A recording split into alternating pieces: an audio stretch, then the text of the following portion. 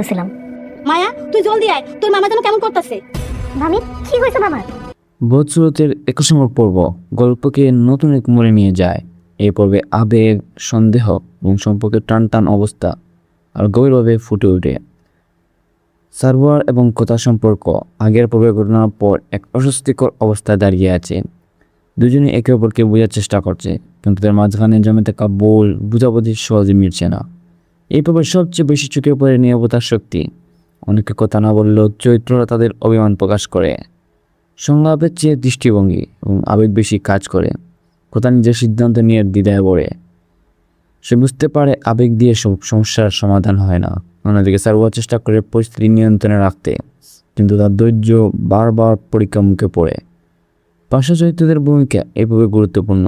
তাদের চরিত্র, মন্তব্য এবং আচরণ গল্পকে নতুন দিকে ঢেলে দেয়। যদি সে এমন একটি পরিস্থিতি তৈরি হয় যা পুরো সম্পর্কের ভিত্তিকে প্রশ্নবিদ্ধ করে, পর্বের মাঝামাঝি সময় টেনশন সর্বোচ্চ পর্যায়ে পৌঁছে যায়, তো সব বুঝতে পারে এখন যে কোনো সিদ্ধান্ত বড় পরিবর্তন আনতে পারে। প্রতিটি সংলাপের মধ্যে লুকিয়ে থাকে ভবিষ্যতের ইঙ্গিত। বিশ্বাস এই পর্বের প্রধান বিষয়। বিশ্বাস একবার ভেঙে গেলে তা আবার গড়া কতটা কঠিন, এই বাস্তবতা এখানে স্পষ্ট।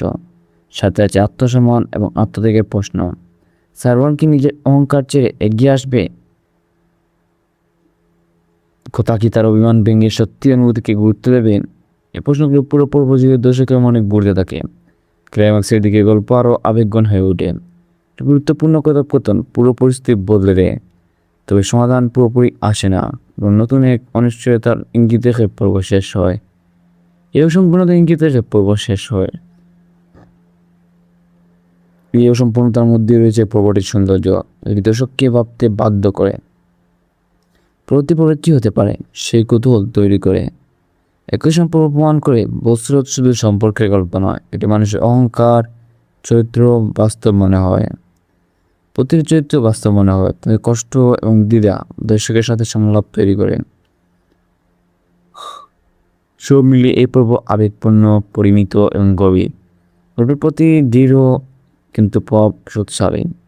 শেষ পর্যন্ত দর্শকের মনোযোগ ধরে রাখতে সক্ষম হয়। যারা এই পর্ব দেখেছেন তা নিশ্চয়ই অনুভব করেছেন কিছু সম্পর্ক ভাঙে না কিন্তু বদলে যায়, আর সেই পরিবর্তনের মুহূর্তেই এই পর্বের মূল শক্তি।